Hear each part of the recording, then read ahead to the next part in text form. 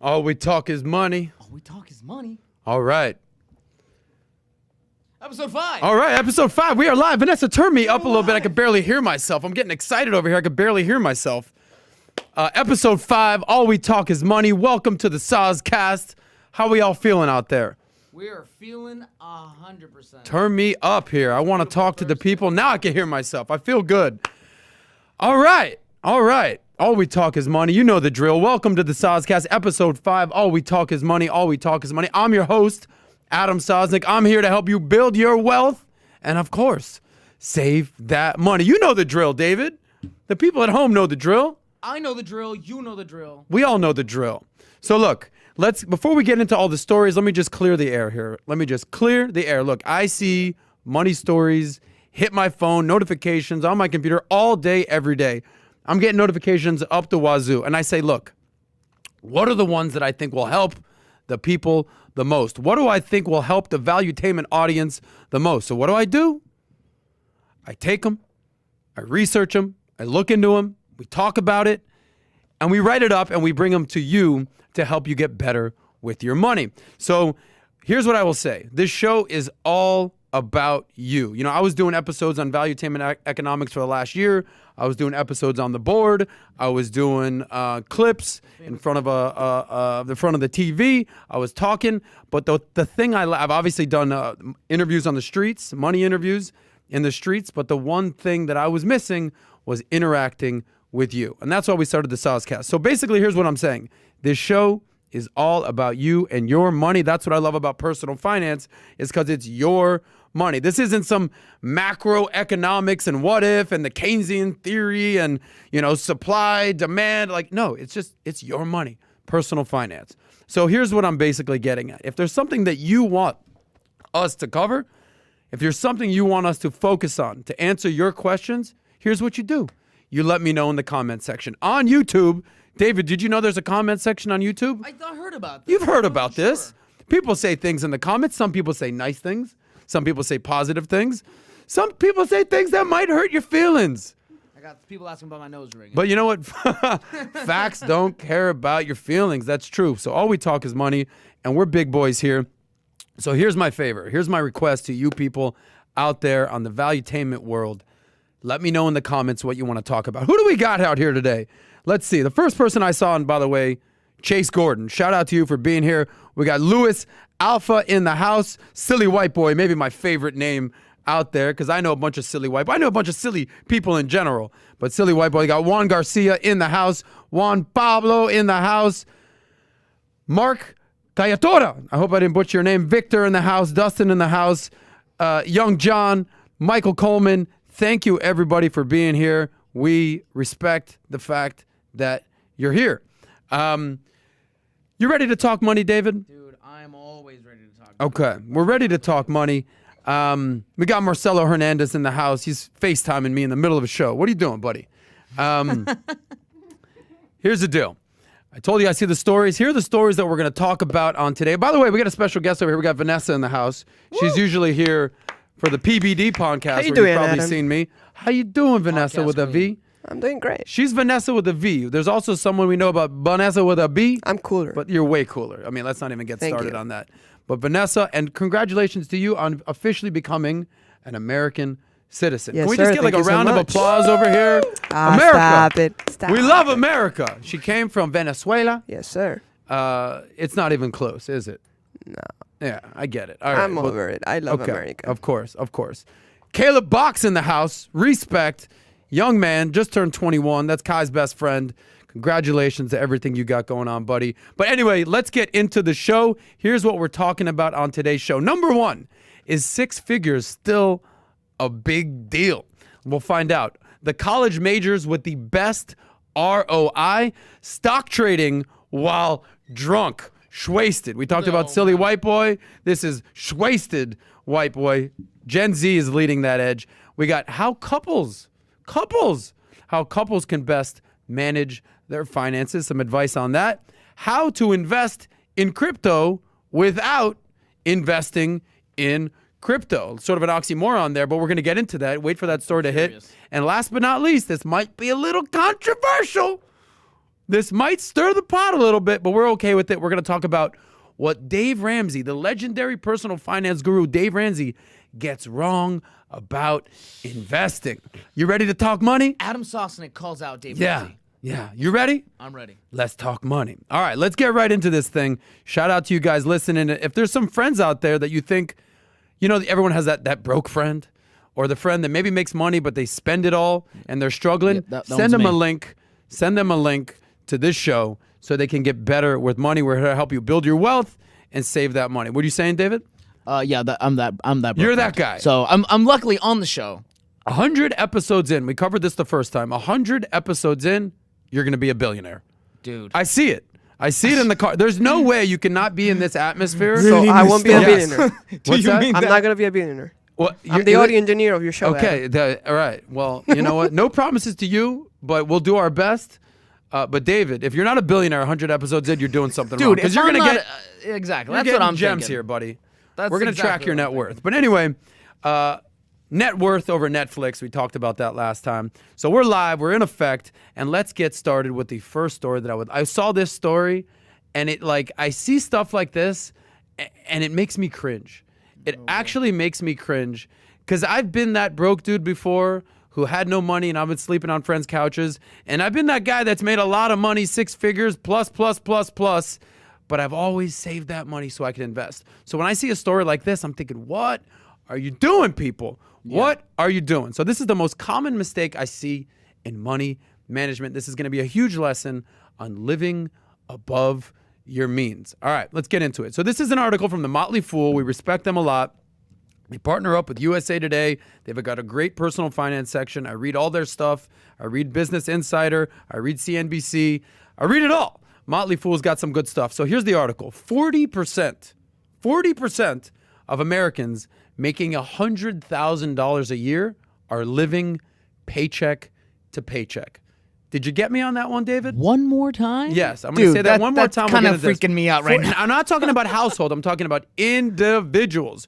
40% of Americans making $100,000 or more are living paycheck to paycheck. So here we go. Let's get into this bad boy. So, everybody's obviously trying to reach, that symbolic 6 figures. I'm making 6 figures now, bro. Yeah. 6 figures. Killing it. I'm killing it. That's awesome. How many people, best guess, what percentage of Americans are making $100,000 or more today? Best guess. What do you got? I got 10%, 20%? 10%. Yeah, 10%. Let us know in the comments. We're watching the comments right now. David, are you tracking comments? I'm tracking comments. You I'm track keeping those comments. track of the 100K. Vanessa, what percentage of Americans today are making $100,000 or more? What do you guess? Oh, 6%. 6%. Yeah. Not 5, but 6. All right, you want to know the answer? You said how long? I said 10%. You said 10 and you said 6. It's almost like 6. you're picking my brain here. If you add those up, David, I know you're not a math guy. 10 and 6. What does that equal? It's a hard 16. That's a hard 16, and that is your answer. Ding, ding, ding, ding, ding. 16% of Americans are making $100,000 or more. So it's not the 1%. It's not the crazy. I think the number is you got to make about $400,000 or more to be in the quote-unquote 1%. Let's see what the people are saying out there. Yeah, we Unique B said 20%. Victor said 7. We got 3. We got 7. We got 5. So people are there. Some 25%. Sherry in the house. Michael Coleman 20%. The answer is 16. So people aren't far off. You know how much that equates to? That's 28 million Americans making 100 G's o mo. But this is the point of this article. You got 16% of Americans making $100,000 or more. It's 28 million people. But here's the point of the article. What happens when they make that money? What happens? So according to this report, right, the Motley Fool, 40% of these people are living paycheck to paycheck. So this is, there's a song. When I heard this song, I was doing a Man on the Street episode at Rolling Loud, the initial Rolling Loud, not the one I did with you. First one I did is a few years ago. We went to Rolling Loud. That was crazy. Yeah, fun time. Actually, people were better financially than we thought. Yeah, you'd be surprised. Like smarter than we thought. Yeah. But basically, I heard this song, and the song goes like this. Spend that shit. Spend that shit. Spend a check and get it right back. You ever heard that song? It's Yeah. by a guy Adam the entire called time Day was like, Day. No. I'm like, don't do it, bro. Don't spend that shit. You're not going to get it right back. Don't listen to It ain't going to happen. Don't listen to Day Day. Anyway, Day Day, apparently a lot of people are listening to that spend that shit, and they're not getting it right back. Yeah, or maybe they're expecting to get it right back. Yeah. But when shit hits the fan, they might not get it back. So let's get into basically the spend that shit, get it right back approach. You're making $100,000 or more. What happens to these Americans, right? Let's get into why this is happening. There's going to be two sections. Number one, the basics, just straight numbers, straight math, and then we'll get into the behavioral side of things. So let's get into why this is happening. These are the basics. Number one, housing costs are going up. We've all seen this over the last year, right? Everything that's going on with the pandemic, people can't wait to buy a house. Things are getting more expensive. So according to Realtor.com, legitimate website, they know their stuff, the median rent for the 50 largest metro areas was up to $1,600 this summer. That's for a one-bedroom. That's how they base it, on a one-bedroom, and then obviously things go up from there. That's up 8% from 2020. So that marks the highest rents ever for 44 out of 50 of the largest metro areas. Okay, so rents are going up. Things are getting more expensive. Obviously, $100,000 doesn't go as far in certain cities. So if we're talking the 50 largest metro areas, the most expensive cities in America, clearly New York City, San Francisco, San Jose area, LA, Boston's up there, Honolulu, Hawaii is up there. Those are obviously the top most expensive cities. But then you also got cities like Detroit, Atlanta, Charlotte, right? Where your $100,000 might go a little bit further. So let's just factor that in. Certain cities, more bang for your buck than other cities. You make $100,000 in New York, you're average. You make $100,000 in Detroit, not too shabby. King of the castle. King of the castle. Yeah, here we go. No. So obviously rents are going up a little bit. Things are more expensive. We get it. What else is happening right there? We're talking basics right now before we get into behavioral.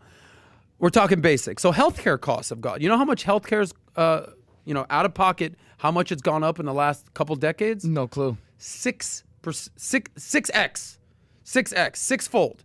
So, wow. You might have been paying $100 for health insurance a couple decades ago. Now you may be paying $400, as an example, or $600. Yeah. Right? Things are going up. Things are going up. Things are going up. So healthcare certainly has, that's Obamacare. We won't get all started that. It's not a political show. But healthcare's costs have gone up, so that's taking more of a chunk of your paycheck. What else? Just basic necessities, bro. Basic necessities. What? Food, power, gas. People were freaking out when gas was going up earlier this summer. Inflation. Those are some of the basics. So costs are obviously going up. But David, Vanessa, my friends at home, Valuetainment, there's a sneakier problem. There's a sneakier problem out there. What is it? Do you want to know what it is? What is it? It's something called lifestyle creep. Dun, dun, dun, dun. Oh my God! Oh my God! The creeps. Turn it off. The creeps are out. The Please freaks don't do come it. out at night. Yeah, lifestyle creep. Now you might be saying, "What's this lifestyle creep, bro? Who's creeping? Who's creeping on the come up?" I see creepy people. I see dead people. I see creepy people. What's going on with these creeps? Let me tell you about these creeps. Because the people out there that are making money, they creeping. They creeping, right? So lifestyle creep is when your standard of living improves as your discretionary income rises and former luxuries now become the new necessities. Let me say that again. Lifestyle creep is when your standard of living improves. You're making some more money. You got some more discretionary income. Life's good.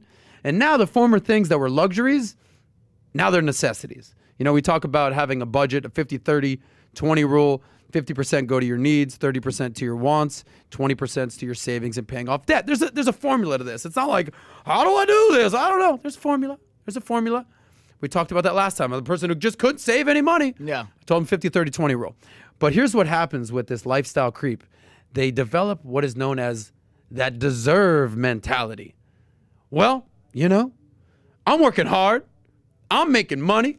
I deserve some nice things. Hell yeah. I deserve some. Treat yourself. Treat yourself. It's time to treat yourself. I mean, Right? Right? So now, maybe you were making 50 grand. Now you're making 100 grand, right? Maybe you're making 60. Now you're making 120. Maybe you're making 90. Now you're at 150. Whatever it is, now you got that deserve mentality. It's time to treat yourself. So maybe you were driving a 2014 Honda. It's time for a new BMW, baby. Right? Maybe you got a little Casio watch. Time to get that Rolex. Right? Maybe you were sitting in economy. Now I'm flying first class, baby. I'm first class. Maybe I'm flying private. Cha-ching. Thank you, David. So maybe, maybe you just, you dress nice, you dress normal. Now it's time for a fresh outfit. It's that treat yourself mentality. Yeah. This is lifestyle creep. So listen, we're talking about the creeps. I know we're joking. And people start to spend more of their discretionary income. So look, one thing I will say is, obviously, as you start to do better and you start to make more money, it's natural to want to reward yourself, right? Like, Of course. You have the key to more things. You have the key to more things. Like, what's the last thing that you bought? You're like, yeah, time for me to treat myself. Believe it or not, it was this here shirt. Yeah? Stand up. Like Show the people what you got. It's Chelsea FC. Chelsea FC. Woo. I know that jacket ain't new. You wear that every day. I wear this every day. It's my production coordinating jacket. Vanessa, what's the last thing you said? Time for me to treat myself. This watch, actually. Okay, how much did you drop on that? 150. Okay, nothing crazy. Nothing's crazy. So it's fine to reward yourself. There's no problem with that. It was months ago. Okay, bye. Okay. But it's important to define your splurge. Let's remember that. Define your splurge. So what do I mean by that? It's time for me to splurge. I want something. What's the one thing, one thing that you really want? Something that brings you joy. All right, you know what? I've been working hard. I've been driving this jalopy for 6 years. I got to get a new car, bro. I'm dying inside. Yeah. Right? Or you know what? I've been working hard. I started making 30 grand a year, then 50 grand. Now I'm making 100 grand a year. I've always wanted a new watch. I always wanted a Rolex. Yeah. All right, cool. That's your one thing. You know what? I got the most busted wardrobe, like our friend Paul out there. Oh, got the most busted so wardrobe. ugly. Time for me to ball out in the mall. Time for me to get some fresh gear and look good. I want to hit the club. I want to feel good. All right, I get it. But pick one. You ever heard the thing? You're doing too much, bro. You're doing too much. Just carrying the hose, bro. Yeah, right? You're doing too you got much. a new car, now you got a new watch, now you can fly in private, or you're flying first class, or you're going to Starbucks every single day. You're doing too much. That's that deserve mentality. That's that treat yourself. Treat yourself. I'm getting choked up over here. I'm sad for these people. So there's something that has been known in the financial world that people probably hear about all the time. You're trying to keep up with the Joneses. You're trying to keep up with the Joneses. They say that all the time. Now, I don't know who they're talking about. I don't know if they're talking about Tommy Lee Jones or James Earl Jones or freaking Indiana Jones. The Jones is irrelevant. You're trying to keep up with the Joneses, all right? So understand, here's my advice. You're like, all right, great. We're making fun of these people, but this isn't funny in terms of like the reality of it. Because you spend. Next thing you know, something happens that, oh shit, now you're broke. Now your net worth is nothing. So here's my advice. If you get a raise, act like you didn't get a raise for at least 6 months. So they say... That's fair. They say when you win the lottery, right? And I'm not comparing going from making 60 to making 100 or making 80 to 100 or 80 to 120 as winning the lottery, but it is a windfall. Right? So there's advice of when you have a windfall. They say if you win the lottery and all of a sudden you went from just being like living in a trailer park, and now you got $100 million, what's the first thing you should do? You know what they say? The first thing you should do? What's that? Do nothing. Do nothing. They basically say let it simmer. Let it marinate like a good pasta sauce, right? I know, it's tough. burning a hole in my burning pocket, a hole. man. I got to spend it. But basically they say do nothing. Give it 6 months and just let it, just give it a second. So before you do anything major with this windfall, with this newfound $20,000, $50,000, $100,000, whatever additional income you have, just give it a minute, bro. Let it marinate. Take a second. Just take a second, right? Take a chill pill. Yeah, obviously there's minor expense. I want to get a $150 watch, cool. But I'm talking about going and buying a $40,000 car. Right? Or dropping 10 grand on a Rolex. Right. Or going on a vacation where you're dropping 10 grand. You're going to Europe, you're going to the Philippines, you're going to Thailand, whatever. So here's what I did. This is my advice. There was a time in my life where like literally the most I ever made up until I was 26 years old, I was doing stand-up comedy, I was a club promoter, I was getting paid in drink tickets, I was getting paid in laughs, I was a substitute teacher, I was getting paid with boogers and snot from the kids. Wasn't a good look. But then all of a sudden I made 100 grand. when I was 27 years old, right? My first year that I'm doing financial sales, I literally made $5,000 straight up. Like I went from making 20 to 5. You're thinking, all right, but it was an investment in myself, building a book of business. Boom, second year, 2007, 2008, right before the crisis, I made $100,000. That was fucking ridiculous to me. When you go from 20 to 100, you know what I did? What do you do? I didn't do anything. I lived with my roommates, right? I had some friends. Maybe I went and got a little nice dinner to celebrate. Yeah. But I just saved that Dinero. money. Thank you for our Spanish speakers out there. So here's my advice to you. If you make 50 grand and you go to 100, if you make 80 and you go to 100, you go 80, you go to 120. Give it 6 months and literally do nothing. Don't run out the door to find your new apartment. Don't, run out the door to find a new car. Don't go ball out and get a new watch. Just let it marinate and let cooler heads prevail, and you'll figure out long-term what you want to do with the money. It's so easy. Like you said, it's burning a hole in my pocket. Yeah. Can't get over this. Just give it a second. I got a question Vanessa, go for ahead. you. Oh, sorry. Go ahead, Vanessa. Go ahead. I thought I heard a female's voice, and it was No, you. it wasn't me. I got okay. a David, what's your question? All right. So what would you suggest to that person saying, listen, I went to that and I have this debt, this credit card debt, or this car that I want to pay off with this money. Okay. What do you do? I That's still not- marinate and think, No, or that's okay. So that's smart. So they say that only 20% of financial wellness is mental. yeah, 80% is behavioral, meaning I know that I should pay off debt.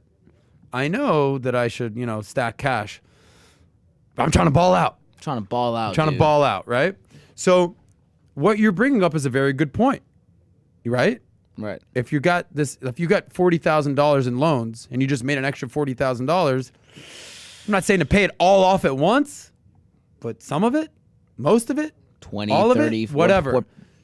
Like get out of that get out of that hole that you're in. Get out of that debt. So, like I said, so I'm at the point right now. I'm very open with my finances. I'll tell anybody what I'm worth, what I got, whatever going on. So ever since basically 2008, with the exception of one year, I've made over $100,000. Okay. Yeah. So there's been years where I made $200,000. I made $300,000. The most I've ever made in a year is $500,000. Pretty fucking dope, right? But here's what I've done. Every single year of my life, I live like I still make $100,000. Yeah, you do. Okay. Yeah, you do. Way to pick up a tab, buddy. Pick up a tab for once. No, I'll definitely. I treated Kat for his birthday. Yeah. But the point is this: it's not like I'm living. I won't spend any money. No, not at all. I'm living like my floor. There's a floor and a ceiling. My floor is 100 G's. Yeah. I'm willing to ball out with that. Everything above that, I'm just saving and investing. Yeah. Okay. So let me wrap this up because I know we got a lot of stories we want to cover today. There's a lot of things going out there. David, if you see anything in the comments that stands out, a question, you let me know because it's hard to talk and look and think at the same time. You know how they say it's... Dave, I'm also reading just in case. Okay. Thank you, Vanessa. Someone asked how tall I was. I'm about 6'4". 6'4", but minus a foot. So here's the deal. Here's my advice to our friends out there. Let me put a bow on this beautiful little segment we got going on so we can move right along. In sports, I'm a big sports guy. You got offense and you got defense. The same thing with money, okay? You got offense and defense. Offense is how much money is coming in. Defense is your expenses. How much money are you limiting going out, right? You got offense and defense. So here's the analogy that I'll use. I'm a huge basketball fan. I used to play. I used the ball. Back in the day, there was a team in the basically early 2000s called the Phoenix Suns, right? They were just in the NBA Finals this year. Devin Booker, Chris Paul, right? We know what happened. They lost in the finals. But back in the 2000s, they had a player called Steve Nash. Everybody knows him as one of the best point guards ever. They got amazing players. Amari Stoudemire, Sean Marion, The Matrix, Leandro Barbosa. They had a sick squad. They had the best offense in the league. They put up 125 points a game. Sick. But you know how much they gave up a game? 126. Okay? So they're scoring buckets. They had a philosophy of you got to score in the first 5 seconds. They're running down the court. They're getting buckets, layups, three-pointers. They're killing it. But when push came to shove and they actually had to D up, they would lose. And the other team would put up a little bit more points. than they did. What's the analogy here? If you're making 100 grand, if you're making 200 grand, if you're making more than that, you got sick offense, Yeah. right? You got sick offense. That's But you know what defense. your problem is? Probably got shitty ass defense. Yeah. You got leaks and holes all over your squad, and you got money flying out the wazoo. Because why else would you be living paycheck to paycheck when you're making 100 grand a year? Okay, even if you're in an expensive city. So my advice to you, offense, defense, understand what's coming in, understand what's going out, limit your expenditures. Everybody's got the same big 3 expenses: your housing, your transportation, and your food and beverage. And you got to figure out which of those is costing you way too much money, right? So basically the bottom line is budget, understand what's coming in, what's coming out, and that way you can start building your net worth. So all my friends out there that make 100 grand a year, keep it up, but limit those expenses. All right, ready to move on? Let's move on. You ready to move on? I got Marcelo FaceTime me 7 times. Is there a reason that he's FaceTiming me? No, he hasn't once texted me. Okay. I feel like if it was urgent, he would have texted me. Okay. Not sure why. He misses you, Adam. He misses me. Now, Marcelo, if you hear me, you could text me, but I'm not going to answer FaceTime right now. Anyway, let's move on to our next story. And this story is for the students and the parents out there. So the difference, what we're going to be covering in this next topic is doing what makes you happy, a.k.a. following your passion. Yeah. You know, that whole way of life versus how much money can I make? What's up with the money? Where's the money? Right? So this story centers around picking your college major. So some of you might be in college. Some of you young folks might be going into college. Some of your older folks have graduated from college and maybe you got student loan debt. But here's a little piece of advice for the people picking their college majors or people who have already graduated and did a college major. This is a story by CNBC. We all know who they are. And they basically highlight these college majors have the best ROI. David, what's ROI? Return on investments. David, Jesus Christ, Bro, I'm happy you're on the show. episodes. Give me 100 episodes. 100 episodes. I'll be ROI. a trillionaire. Exactly. Trillionaire. I promise. All right, maybe billionaire. Yeah. All right. So these colleges have the best ROI. David, ROI is Oh God, Return on investment. Return on investment. I'm saying it with you. return on investment. Return David, on if you wanna- investment. David's Return pulling on up the story. Thank you. All right. So off top, here, let me just state this. I'm not anti-college. I'm definitely not anti-education. I am sort of anti-taking out debt with no understanding of how much you're taking out and understanding about how much ROI. Here's a little stat for you.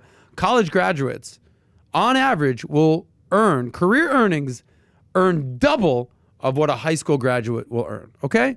So I'm definitely not saying don't go to college, it's not worth it.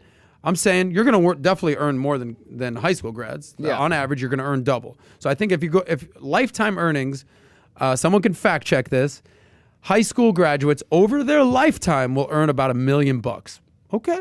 High school graduates. Yeah. Okay. High school. I mean, think that's nothing crazy. That's Over the lifetime will make yeah. $1 That's million. $25,000 times 40 years. That's nothing Yeah, that crazy. makes sense. Okay. Right. Of course. Okay. Right. College graduates on average will earn $2 million. Right. That's 50 Come on, grand. college. 50 grand times 40 years. It's nothing out of control. Right. Let's talk about student loan debt. Right. The average federal student loan debt. Do you know what the average federal student loan debt is? Take a guess. Dude, it's got to be in the 100 millions. 36 grand. I'm talking about per borrower. Oh, I'm sorry. Yeah. I thought you meant total. It's a little over $1 trillion, but yes. Over $1 trillion, 36 there we grand go. per borrower, that's federal, and if you're taking out private student loans, it's about 54,000. All right, cool. Let's clear the air. Let's set the table for this conversation. So you know how long on average it takes to pay off student loan debt? Let me know in the comments if you actually have an idea of how long it takes to pay off student loan debt. David, when you see the numbers, you just start reading them out. Let me know, and I'll get back to that. So here's the point of this article. Certain majors are going to enable you to have a higher rate of return, a higher ROI, return on investment, than others, right? ROI, David, you might get a quiz later, homie. Return on investment. Okay. It's Return also on the screen. in investment. Oh my God, David. David's here more for his banter and for knowing production, not so much because he is a 60, financial 40, genius. No. 60 Okay. production. I see people weighing in 15 years, 25 years. It depends. 10 years. 20 years. Who said it? 20 Entrepreneur years. stock. Entrepreneur stock. On average, correct. It takes about 18 to 20 years on average to pay off student loan debt. But some, you could actually do it faster. Here's the article. There are 11 bachelor degree programs that allow most graduates to recoup the money spent on their diploma in 5 years or less. So if things are taking 18 to 20 years based on these majors, you can get it done in 5. Best return on investment. What are those majors? The drum roll, please. Okay. Out of the 11, 7 are engineering majors. Cha-ching. Engineering majors dominate this list. This includes engineering components such as petroleum, aerospace, and industrial engineering. I got a cousin. He just graduated. He's an engineer. I'm like, good luck, buddy. I got this article for you. Save that money.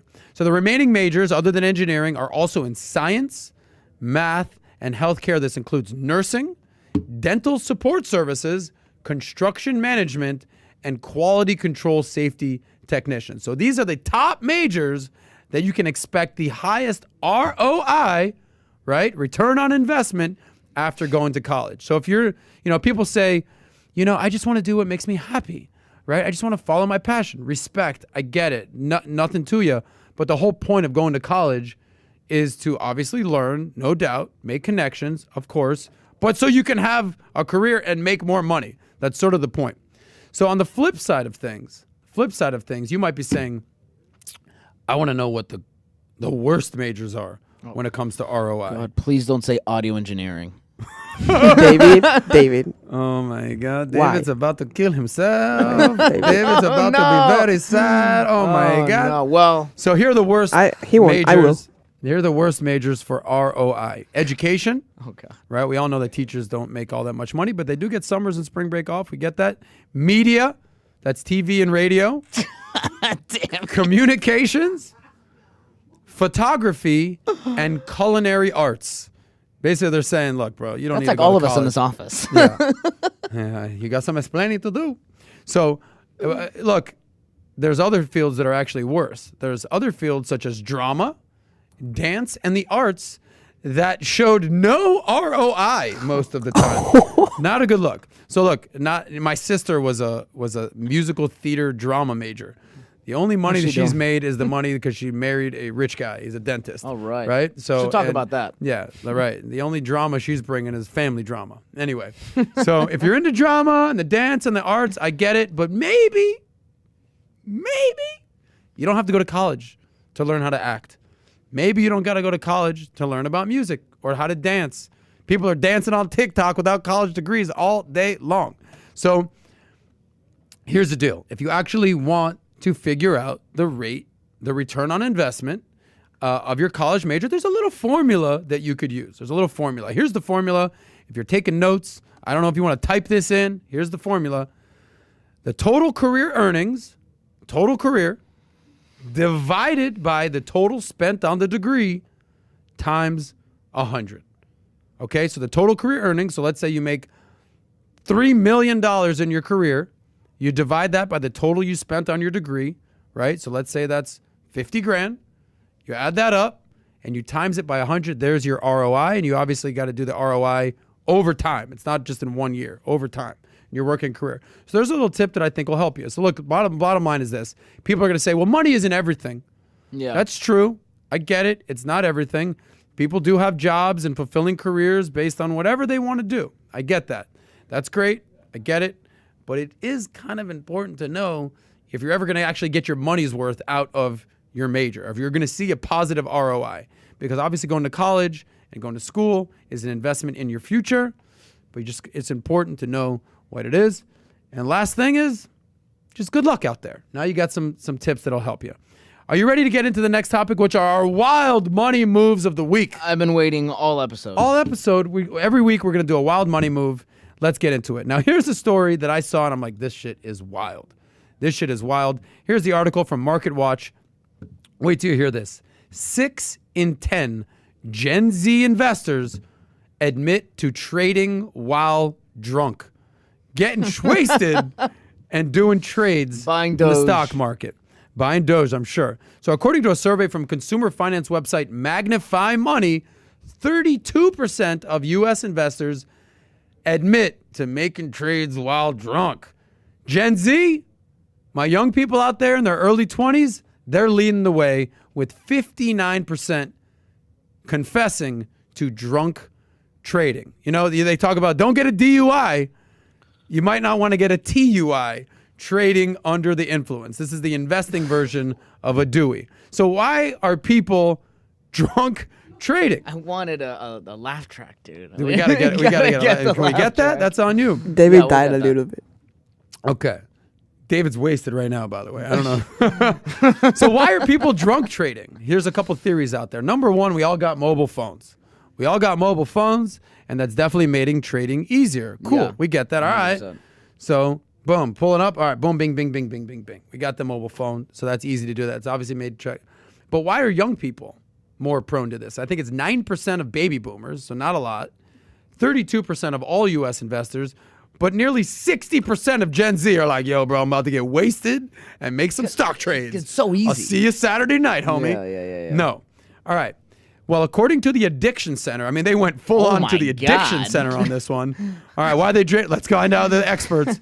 According to the Addiction Center, they say that it's because of the gamification interface on trading apps like Robinhood that could be a factor. They say, and this is quote unquote from the Addiction Center, the app's simplicity and graphic design make trading feel like gaming.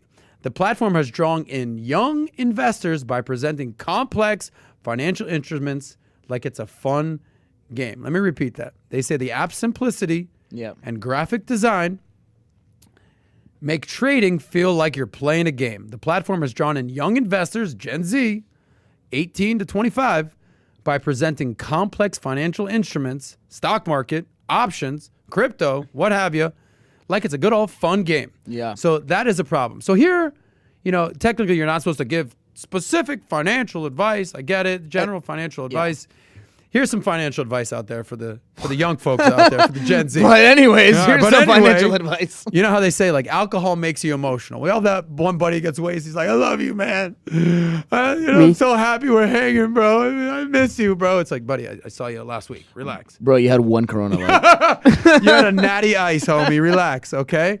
I love you. Alcohol makes you emotional. Think back to the decisions you've made when you were hammered, all right? Are they the best decisions you've ever made? I don't think so. We've all sent that. I got drunk. I woke up with a mustache. We've all sent that 3M text like, you up? Yeah. What's up? Now I sent that to my broker. That. Exactly. Magnify that to your broker at 3M. You up, bro? No, dude. Sleeping. Don't make a TUI right now. Don't trade under the influence. So now imagine you getting drunk and that stupid drunk text message that you spent, now it's costing you money. It might cost you, a typical drunk text message might cost you like a little dignity. Yeah, it cost my dignity. Right, That's exactly. what I can't believe I texted that girl for him. What the hell was I thinking? Christ. My ex-girlfriend, bro. Oh, my God. I can't believe I was texted like, my miss you. girlfriend. Oh, my God. Loser. But now imagine that drunk test actually costs you money. That's not a good look. So if someone is trading drunk, here are some of the... I never thought that I would actually have to say these words. Stop for a second. Don't trade drunk, okay? Don't drive drunk. Don't trade drunk. Don't get drunk in Vegas and marry somebody. And trade right after? And trade right after. Just don't do it. Not worth it. You're going to look back and be like, oh, my God, I can't believe that I bought GameStop. I bought 100 shares of GameStop. I was wasted last night. GameStop has plummeted 50% in the last 2 days. Oh, shit. Oh, my God.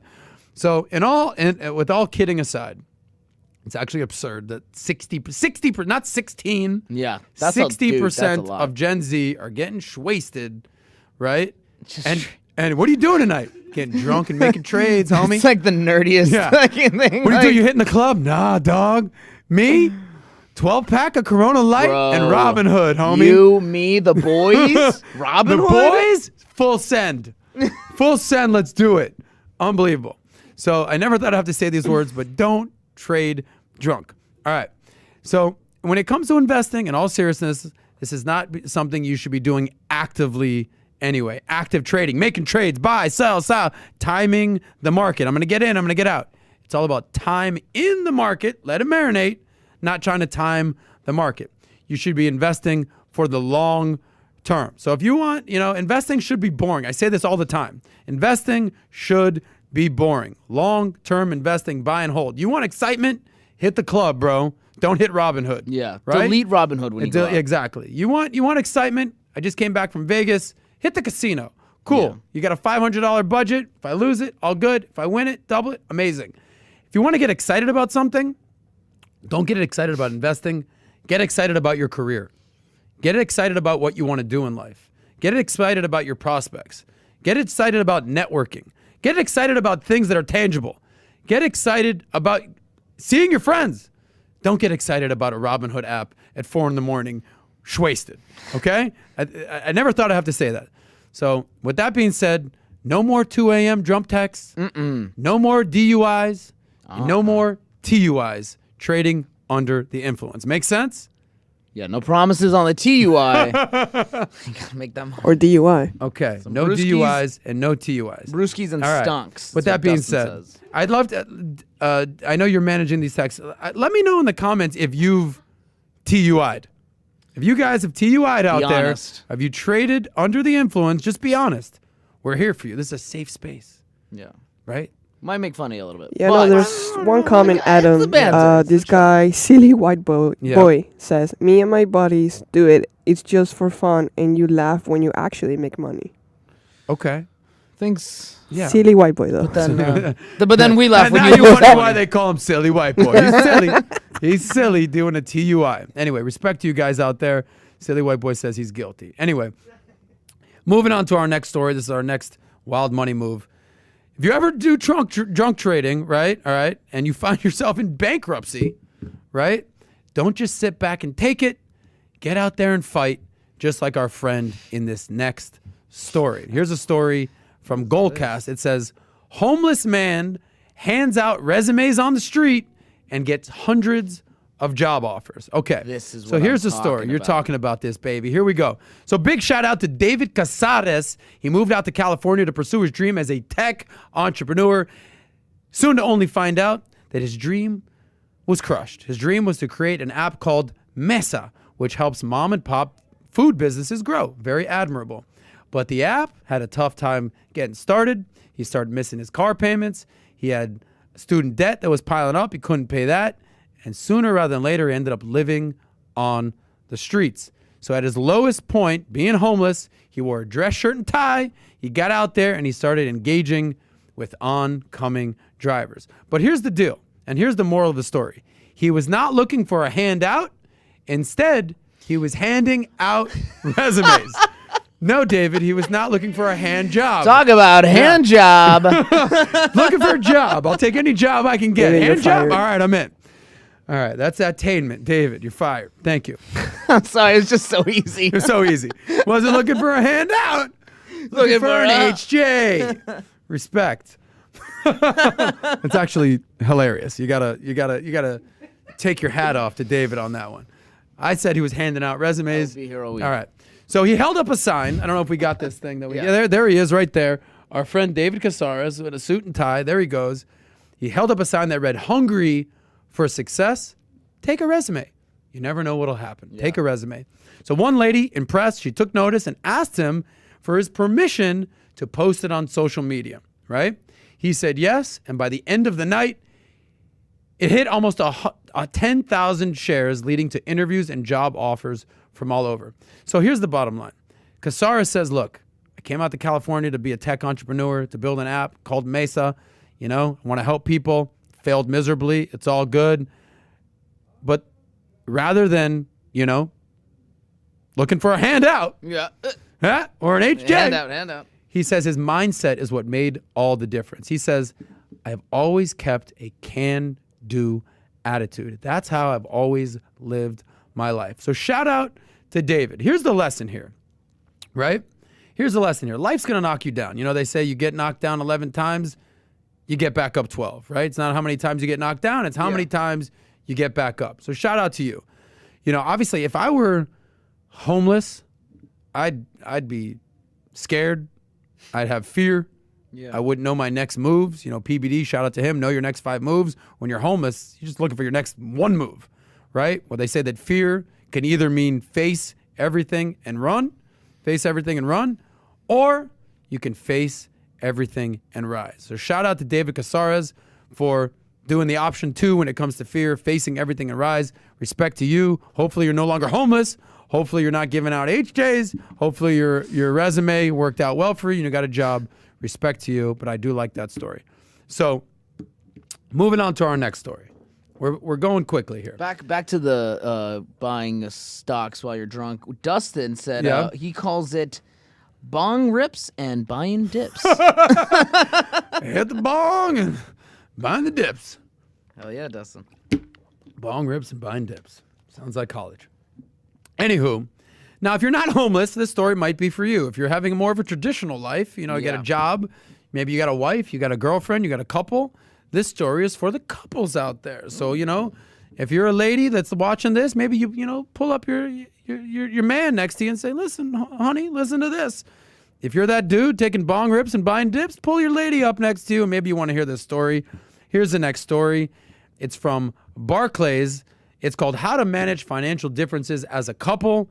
Exclusive tips from Barclays. You know, everyone's exclusive. It's not that exclusive. You already put it on the web, buddy. Yeah. Anyway, it goes on to say, managing financial differences as a couple can be a challenge. Yes, I agree, and can place a strain on the relationship. So here to help, they've employed Dr. Peter Brooks. He's the head of behavioral finance at Barclays. We talked about when it comes to financial wellness and your finance, it's 20% mental, 80% behavioral, what you actually do. So it's actually pretty interesting. Dr. Brooks is the head of behavioral finance at Barclays, major bank, financial institution. And he's put together 5 exclusive tips for managing financial differences as a couple. Are you ready for these 5 tips, David and Vanessa? I know Vanessa's in a relationship. Yes, Let me get my parents on the phone. This is the get cause your parents of their, on the phone. divorce. Okay, so here's number 1. Here's number 1. Consider how to split joint expenses. Let's get into it. They say, the article says, when it comes to your joint bills, it's important to both be on the same page. Yeah, no shit.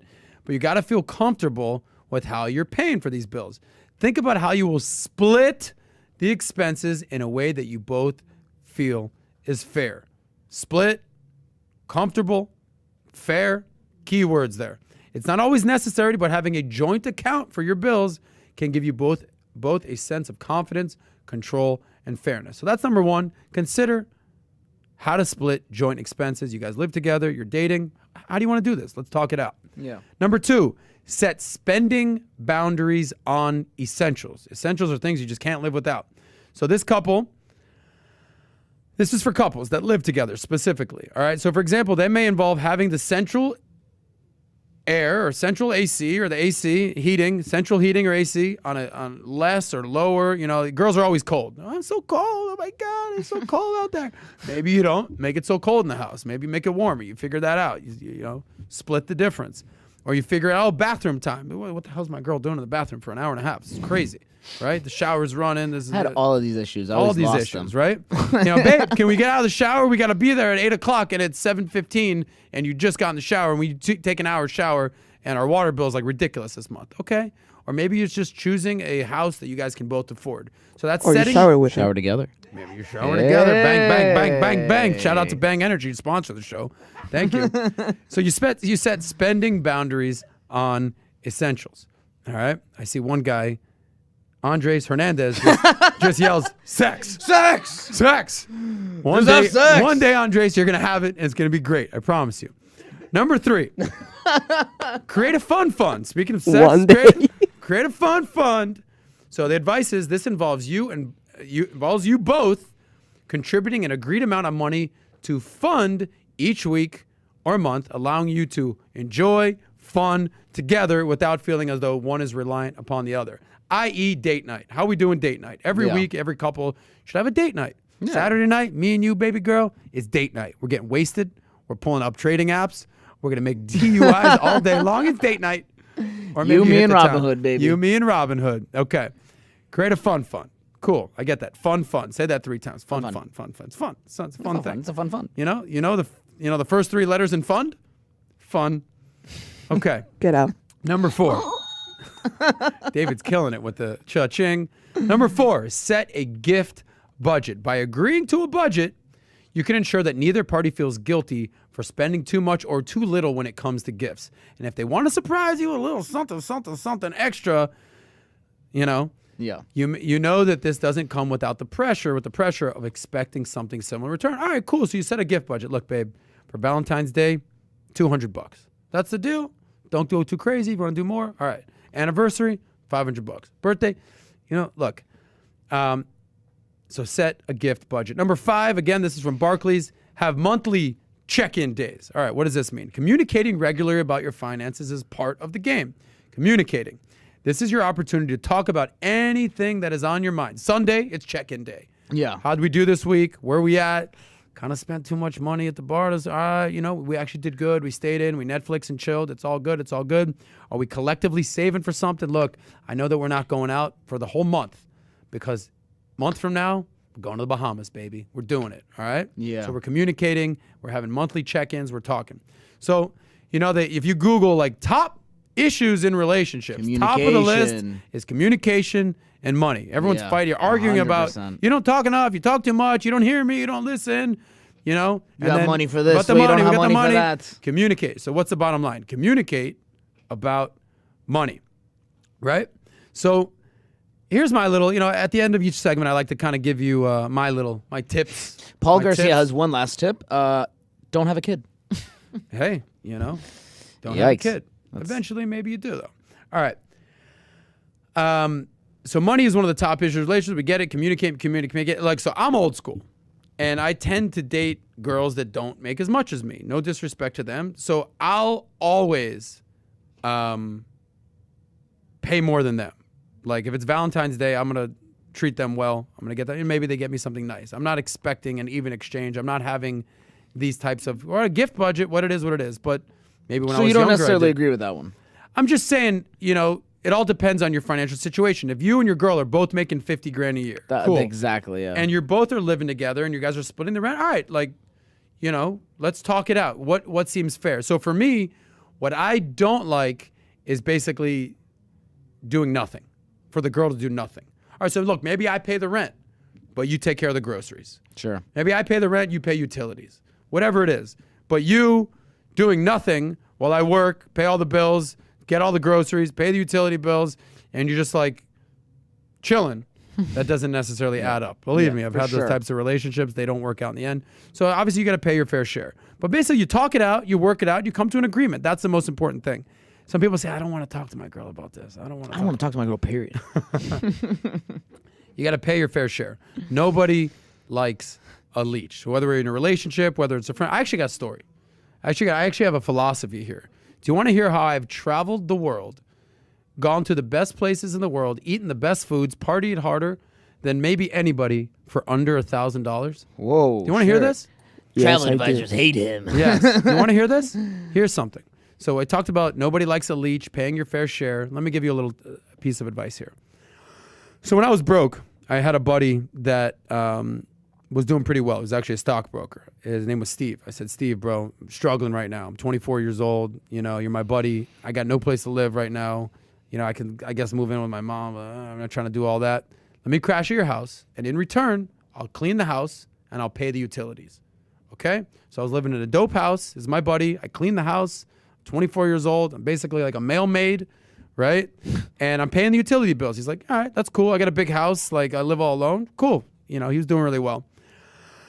And then that basically realized that, you can do things and things that don't have to be equal. I'll give you a couple examples. One of my best friends, his name is Keith. He's one of the biggest hospitality nightlife guys in Miami. You go out with this guy, he takes care of everything. He pays the bills. He takes care of the bottles. He takes care of the meal. But when it's time to leave a tip for the server, I will always pay the tip. This is when I was struggling, right? Yeah. Still to this day, if we go out, he owns the club. So it's not like he's going to hit us up to pay his club. When the bill comes, he signs his check. I will always give $100 to the server. Boom. Thank you. So he's thinking, my man Sals, bro. Thank you, buddy. Because nobody likes a leech. Couple other examples. One time I was with my girl. We went on a couples trip, and a wealthy friend of ours, he's from Greece, and he paid for a ridiculous house in Greece. Ridiculous. He's like, look, I'm from Greece. You come with me. You stay at the house. Obviously, we had to pay for our plane ticket, so we got there. And, you know, we get there. I go, look, I'm stocking the fridge. I'm going to go out. I spent $500, drinks, food, you know, snacks, whatever. I will stock the fridge, okay? So I'm traveling the world. I'm partying. How much have I spent so far? 500, another 100, another 100. Here's another example. I go with PBD, with Pat, to eat all the time. Pat always picks up the tab. It's not even a question. Pat always valets. He always puts his car up front. And I learned very quickly, he doesn't necessarily have cash. Every time I go out with Pat, I pay $20 for the valet. It's like an inside joke. I go, Pat, you take care of dinner? Yeah. I'm taking care of valet. And it's like, it's almost like assumed at this point, Adam, you want to take care of valet? Got it. It's tradition now. It's tradition. Yeah. He's taking care of a $300 meal. I got the $20 valet. Okay. We flew on a private jet to Vegas. Yeah. Right? We get out of the jet. I must have missed that text, by the way. What's that? Must have not gotten that text. Yeah, you didn't get that text. It was an email. We flew back from Vegas. You know, there was probably 10 of us on the jet. Me, Pat, Mario, Caroline, Kai, Pat's dad, Leo, handful of people. It was awesome. We get off the plane. He goes, hey, you want to go give $100 to the hostess, you know, the server on the plane? It was one lady. I go, yeah, done. I just flew private, $100. Yeah. So what's my point? Nobody likes a leech, and pay your fair share. Someone who's a multi-millionaire or is way better than you isn't expecting you to split it with you. But they don't want to feel like they're just paying for everything and you're just sitting there doing nothing. So whether it's Pat paying $20 for valet, whether it's giving $100 to the server on the plane or the hostess, the flight attendant, what do you call it? Flight attendant? It's one person. It's one person. She was doing everything. I gave her $100, no problem. So the point is, I've flown on private jets. I've partied at the best clubs in South Beach. I've been to all over the world, Greece, stayed at amazing places, stayed for free. I've lived with buddies, but I've always thrown in. I've always, and it works both ways, by the way. So I have a buddy of mine named TJ. He doesn't make that much money. So every time he comes over, we hang out, I'll buy dinner, we'll go out, whatever it is, he will always bring me a cigar or always bring like a 12-pack of beer. So he spends $15, $20. That way I'm like, yo, thanks, bro, I appreciate it. So the point is, there's going to be levels above you, yep, and there's going to be levels below you. But nobody likes a leech. You can't always keep up financially with everyone, but you could always throw in. You could always throw in a 20 or 100, whatever it is. Yeah, so John says, give and you shall receive. Give and you shall receive. Nice, People like John. saying, you know what, I like rolling with Saz because, you know, we go out, he takes care of the waitress every time. PBD, we have dinner with Adam, obviously business dinner. He takes care of valet. Thanks, bro. Appreciate it. It's the little things that they remember, okay? So, you know, maybe someone does something nice for you. Send them a gift. Spend $50 on a gift, whatever it is. So here's my advice. This wasn't something that I was going to this was a whole segment, but this just kind of came to my mind. Number one, provide value, okay? This is my advice on how to roll with the bosses and basically experience the world for basically under $1,000. Number one, provide value, whether that's friendship, whether that's just they enjoy your company, whether that's you do business together and they just want your mindset, whatever it is, provide value, valuetainment. Number two, throw down, $10, $20, $100. You don't got to split the check, just throw down. Don't be a leech. Then number three, pay it forward. Like our friend said, give and you shall receive. Good things will happen to you. Nobody likes a leech. Okay. Does that make sense to you? Like, do you have friends? 100%. Okay. Yeah, I totally get what you mean, and I think that's key to maintaining not only maintaining those relationships, but yeah, absolutely. Give and you shall receive. You can't be a leech. No one likes a leech. Nobody Next thing you know, likes it. You stop getting invited to dinner. Exactly. You stop getting invited on the plane. Exactly. So, and again, they're not expecting you to split. Like, Pat's not expecting me to split the flight. Of course not. Yeah. Right. But like when I say, all right, Pat, here's $100. You carry some of the weight. He's like, yo, thanks, bro. Appreciate that. Right. So that's a little something for you when you're rolling out there. Okay. You ready to talk crypto? Let's do it. Ready to talk crypto. We talked about having relationships. We talked about how to manage your money with your finances. We talked about not having a leech. Basically, here's my point. One of the most volatile relationships that we have going on right now is between us and Bitcoin. Bitcoin has its good days. They have their bad days. And there's days where you're like, baby, I don't even recognize you anymore. I don't even know you anymore. Okay? So our next story will help you form a relationship with crypto without having to go steady. Okay? So here's the advice from the Motley Fool again. Our friends of the Motley Fool, we respect what they do. How to invest in cryptocurrency without actually investing in cryptocurrency. Seems a little backwards. Yeah, this is the one I'm But really let's interested in. unpack this mother sucker, right? Yeah. How to invest in crypto without actually having to invest in crypto. Might help with the TUI. Okay, addiction. exactly. So you can gain exposure to the crypto market for our friends out there without actually having to buy the tokens themselves by investing in crypto stocks. What does that mean? Crypto stock is a company that is somehow involved in the cryptocurrency movement. Here are a couple examples. Excuse me. Number one. I got a little okay there, choked bro? up again. I got a little choked up again. Am I talk crypto? I got to talk crypto. It's volatile. I've had an up and down relationship, but I'm going to be all right. So here are a couple examples. Number one, probably the most famous example out there is Tesla. We all know Tesla. Tesla invested $1.5 billion into Bitcoin earlier this year. We all know that their CEO, Elon Musk, he's famously supported Dogecoin, and he's in on Bitcoin. He's out on Bitcoin. The crypto community loves him, and they hate him. It's very volatile. Yeah. But basically, Tesla has invested in crypto. So if you're investing in Tesla, right, it's almost like adversely, inadvertently, you're investing into Bitcoin. Number two, Square. Square was founded by Jack Dorsey. Jack Dorsey is a huge proponent of crypto. Square is a digital payments company that is growing rapidly and has also invested heavily in Bitcoin. This allows its merchants to accept various types of cryptocurrency as a form of payment. So that's Square. Number three on this list is a company called NVIDIA, NVIDIA. If you haven't heard about them, they basically help create all the computer chips that are in your gaming devices, right? So they what they do is computer graphics processing units called GPUs. We're doing a lot of U stuff today. DUIs, TUIs, GPUs. Basically, they're widely used in cryptocurrency. So here's the bottom line. There's three companies that you can invest in without actually having to go all in on Bitcoin or Dogecoin or Ethereum or any cryptocurrency out there. So the article basically goes on to say, if you see a CEO or a company that's getting behind crypto, you can use them as your sort of like guinea pig, right? To not have to dive in immediately, and you can still get a piece of the rewards. Respect. So none of these companies focus exclusively on crypto. I think we can all agree on that. Tesla, electric vehicles, Square, digital payments, NVIDIA, computer chips. But basically, they factor it, it's a factor in their business, okay? So if cryptocurrency does take off someday and becomes widely accepted, which still remains to be seen, these organizations would clearly benefit from it. And if you invested in these stocks, so will you. Last thing, by investing in these stocks, you may also benefit from cryptocurrency success without facing the risks of buying crypto. So you're basically getting some of the reward without taking all the risk. All right. Life's all about balance, risk versus reward, right? You eat too much, you're going to get fat. You drink too much, you're going to be drunk. But you're not going to not eat, not going to not drink. You got to have balance, right? So there's some people that are all in on crypto. I've interviewed people on crypto, like, how much of your net worth is crypto? 100%, bro.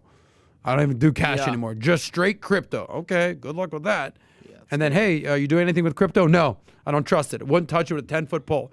Like ostrich, just keep my head in the sand, pretending it doesn't exist. The truth is always somewhere in the middle, right? The answer is somewhere always in the middle. So I think there's a happy medium. I've been very vocal about this. I invested, I think 5 years ago, 5% of my liquid assets into Bitcoin. Not so bad. Okay. I didn't stand Bitcoin. Wow. Yeah, I didn't understand Bitcoin at the point. My boy's like, dude, Bitcoin, got to get in on it. I'm like, dude, I don't know what these bitty bobs and blocky chains and booty doo, blah, blah, blah. Yeah, okay. Chains. So basically, I did it, and it's worked out well for me. So don't go all in on crypto, but don't be all out on crypto. Right. That's my advice for you. And if you're still not sure about investing in crypto, you can take advantage of investing in these crypto stock companies. Okay. We're about to wrap up. We got one last story. Now, this story, it may ruffle some feathers. Oh boy! So brace for impact. Hot one. It is what it is. People got mad. I called out Robert Kiyosaki, but all I'm doing is reading articles and giving my opinion. So here's an article that I saw, and I said, you know who likes drama? Oh, I like some drama. girl. I want drama for your mama. Girl. Here's this article. I said, we got to bring it up. There's people that are going to agree with this, and there's people that are going to be like, how dare you? How rude. What is this, Full House? Anyway, Yeah. you got something? No. So here, You okay? without ruffling the feathers too much, let's get into this story. This is from the Motley Fool. Here are 3 things that legendary personal finance guru Dave Ramsey gets really, really wrong about retirement savings. Dun, dun, dun, dun, dun. Okay, so this article, Brace for Impact, is about to call out Dave Ramsey. Okay? So, about to call you out, dog. I can just see the headline. Right. So he's a personal finance personality. He's been out there. He's definitely an OG. Remember the OG. Yeah. He's an OG in this. And he's got some great advice. No doubt. No diggity, no doubt. He certainly's got some great advice about paying back debt. But this article basically says, you know his advice that he always talks about in retirement planning? Yeah. You know all that stuff he talks about investing? Ruh-roh. I don't think so, bruh. Oh, those I phone don't think calls. so, bruh.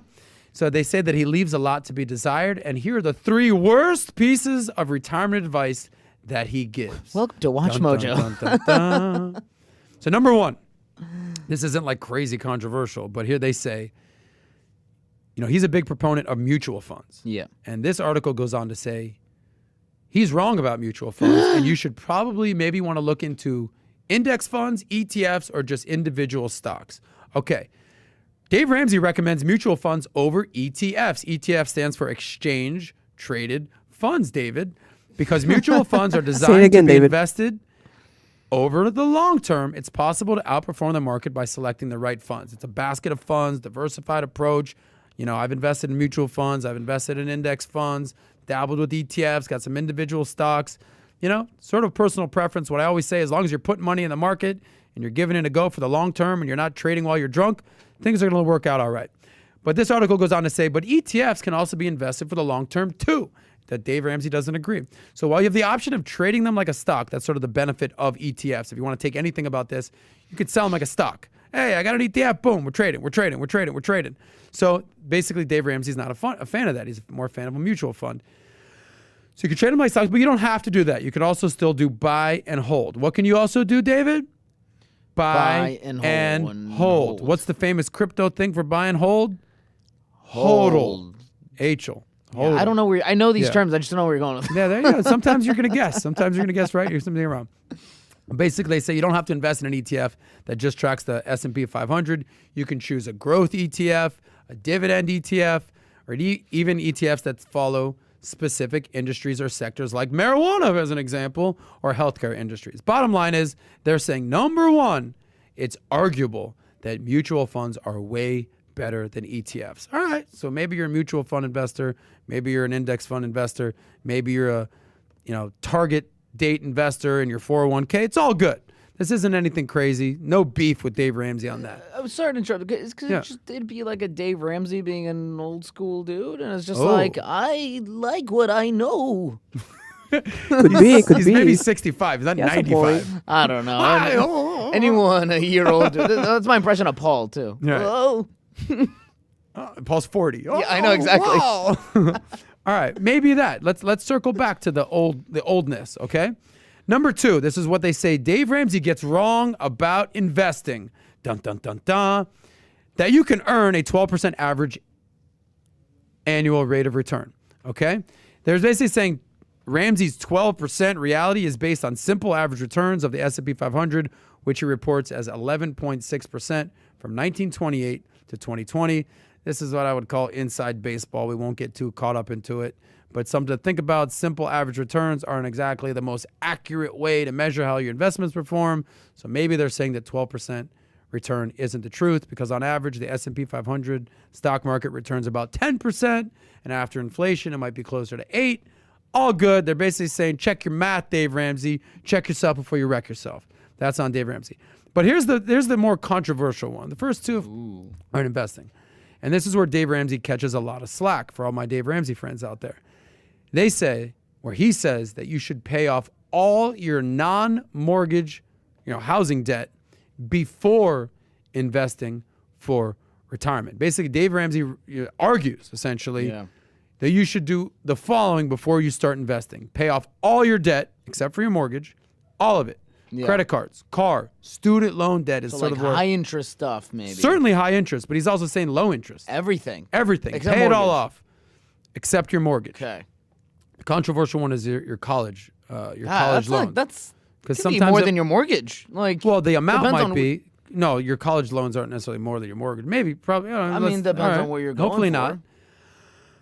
But a lot of times your surprised. college loans might be closer to like 4, 5, 6%, and the stock Oh. market returns, closer to 10%. All right, so they're saying that's what he says to do. But here's the problem. We talked about earlier on the show that it might take you 20 years on average to pay off your college debt. Yeah. So you're going to wait 20 years until you're in your early to mid 40s before you start investing. That's sort of the exact opposite of what you should do if you want to have that compound interest on your side. Compound interest, eighth wonder of the world. So basically what they're saying is during that time, you'd be missing out on all your employer 401k matches, which is literally free money, by the way. If your employer offers a 401k, take that shit with the match, okay? Because you'll be losing out a chance to earn returns in the stock market. So you should absolutely prioritize debt and saving for emergencies, no doubt, but not necessarily at the expense of your retirement funds. So essentially, you don't risk free money from your 401k and your IRA to pay off debt. You use money you have to make those debt moves. So basically, they're calling them out. They're saying, look, Dave, here are 3 things you're getting wrong. Your whole love affair with mutual funds, maybe not so much. Maybe that's not the best approach. Maybe ETFs or index funds are better. I challenge you to a duel over this. Number 2, I think your math is kind of off. 12% seems aggressive. They say, future returns are not based on past performances, are not indicator of future returns. All that. Yes. So he's saying, yeah, no, they are. There they are. And the number 3, that you should pay off all your non-mortgage debt before investing. So here's my take on Dave Ramsey. My 2 cents. Here's my 2 cents. Okay. You said he's the OG, right? Yeah, Let's I use said- that. You said Sure, OG. he's an OG. He's an OG. Could be So biased. you know what OG stands for? I mean, I know this. OG yeah. stands for original gangster. Yeah. Okay, so in the personal finance space, he's that certainly the original gangster. But you know what OG could also stand for? Oh boy, what? Old guy? Old guy. Old guy. Old Yeah. gangster. Old, maybe an old gangster. Yeah, what's your Dave? Let's hear Dave Ramsey voice. Let's hear it. I don't like any. I don't know what's going on, but I don't like it. Get off my lawn. Right? So look, bottom line is I have immense respect for Dave Ramsey. He's actually one of the, my motivators. I see what he's doing. I'm like, all right, cool. It's dope. I can kind of do something like that, but something a little bit more for me. But basically what this article is saying is essentially, look, everything he says is not the gospel. So do with it what you will. For my Dave Ramsey friends out there, we're still friends. For my Dave Ramsey detractors, you're entitled to your opinion, but respect to Dave Ramsey. But bottom line is, pay off your debt, save that money, start investing. All right, well, let's just cool the brakes here for a Just second. cool Let me take a it, sip bro. of water, and let's Take get a into our chill pill, final Adam. section here, okay? Look, every episode I do a final Q&A, okay? Where, I will go onto Instagram and I will answer your questions. But before we do that, I got an announcement to make, okay? So this upcoming week, today's Thursday, so boom, boom, boom, like 4 or 5 days from now, starting next Wednesday, technically 6 days, but I think maybe it starts Tuesday. Bottom line is this. Next week, Wait. not a math guy. Going with that, though, when you're saying something like that. Oh, go ahead, make your point. Thank you, PBD. I'll Got go ahead him. and make my point. Thank you, PBD. What's your point? This upcoming week, bottom line is we have something here at Valuetainment called the Vault Conference going on. David, we got this pulled up. Vault Conference, bang, bang, bang, wow, wow, wow. Vault Conference is going to be sick. It's down Dude, here I am in so South Florida, a pumped, little bit so north of pumped. Miami. Hollywood Diplomat, sick location. I think this is like the last week that you could actually get Yeah. your tickets. Okay? So I've seen PBD put on a couple different events right now. We just came back from Vegas, 10,000 person event. 10,000. Ridiculous. Nicky Jam, Mike Tyson, Mario Lopez was hosting it. Amazing comedian. Yeah. Sebastian Maniscalco, amazing magician, Frederick De Silva. It was sick. PBD knows how to put on an event, and that's, I also saw him what he did at the SLS, sort of like a smaller vault. Yeah. The Sales sales leadership. symposium, sales leadership symposium. Sick. So if you look behind us, here's who's going to be there. Obviously, PBD in the center. Dustin Poirier. Gary Poirier. Kasparov. Billy Bean. My main freaking man. Phil freaking Heath. And the Biz Doc. Dude, He's going to be docking it up with business. OG? Damn. Anyway, that's going to be a sick lineup. If you want to get tickets last minute, go to thevaultconference.com. That's thevaultconference.com. And I got bad news for you guys. Because we will all be at the Vault next week, the entire team, there will be no SOSCAST next week. I'm sorry. I'm sorry. You can check the reruns. You can check the reruns. You can check the Valuetainment Short Clips channel. Valuetainment Short Clips channel, where a lot of these clips are broken up, so you can kind of get these tidbits of this. But basically, we'll all be at the Vault next week. If you haven't heard of it, you haven't discovered it yet, you don't have your tickets yet, I think we're like down to our final tickets. It's about to sell out. If it hasn't sold out already, check it out. It's going to be sick. What you got? Even pull up to the event, see if you can. I mean, you can get a ticket. There are some tickets that are sold out and you can't get. So especially if you're local. Pull up, but they are going. So yeah, they are going. Definitely get those now. Anyway, shout out to everybody listening. Now it's time to answer your questions. Let me pull up a little IG, and we'll answer some of your questions. Every week I post on my Instagram account. It's called SOS Talks Money, SOS Talks Money. I ask you what's on your mind, and I answer your questions. Okay? I don't watch them in advance. I pull them up, give you gut reaction. So here it is. If you've got questions that you want, throw it in on the Instagram. Yep. David, I know you're taking notes right now. Throw it in the comments section. Throw it in the comments. We respect you. We love you. We want to hear from you. And we want you to be a part of the SOSCAST. Yeah, who in the comments is going to the Vault this I like that. This coming weekend if you see us. So let me pull this up and let's see what kind of questions we got. I don't know what's in there. I'm pulling it up right now. And you go on Instagram, you click this thing, and there you see all your questions. All right, here we go. Questions that have popped up. Thoughts on Bitcoin. Will it replace the dollar, or is it the purpose, or the purpose of it is to trade it for more money in the future? I gave you my thoughts on Bitcoin earlier in the show. I don't know if it's going to replace the U.S. dollar. They're talking about the Fed coming out with their own digital dollar. Obviously, the point of Bitcoin and cryptocurrency is to have decentralized and no one major component that's running the show, the Fed. But my thoughts on Bitcoin is dabble in it, get involved, don't go all in, but don't go all out. That's my thoughts on Bitcoin. That's from ChadRad24. Thank you for the comment. Here's a question from DB Dabo. DB Dabo, I have 10K saved. Should I invest in the stock market or should I leave it in the savings account? I love this question because if all you have is 10K, just fucking keep that cash to the side. Now, all your additional money that you start to make, now you start putting 10% of it into the stock market. Now you start putting 10% into your 401k, into an IRA. But before you start investing, you need to save that money. And I recommend for most people, especially single people, save 10 grand. Most Americans that we talked about living paycheck to paycheck, even if they're making crazy amount of money, you don't want to be that person. Have a cushion, have an emergency fund, have a rainy day fund, stack that cash, and then you can start investing. If you start investing too soon, you don't have any cash, and then something happens, you got to pull out of the investment, and that defeats the whole purpose of investing. How much cash? This is from my man Armin. My man Armin says, how much cash you got in your grip?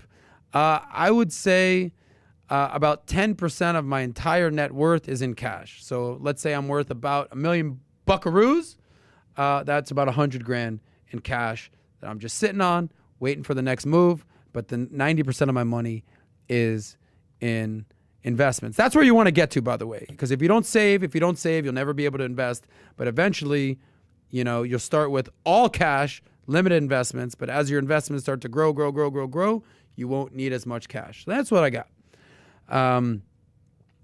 Here's a question from Liam Fosterns. He says, "Hey, Saz," like a A-Y-E. Hey, man. What's better in your 20s? Focusing on building your net worth or cash flow? Both. Okay. Why can't you do both? Make your money, save that money, invest that money, build your net worth. It doesn't have to, it's not a binary option. Focus on making money, clearly, but also focus on saving, investing, and build your net worth. Cash flow will lead to a better net worth. Cool. This next question is from Champ Bowers. What's up, Champ? He says, pay off student loans or pay the minimums until I die.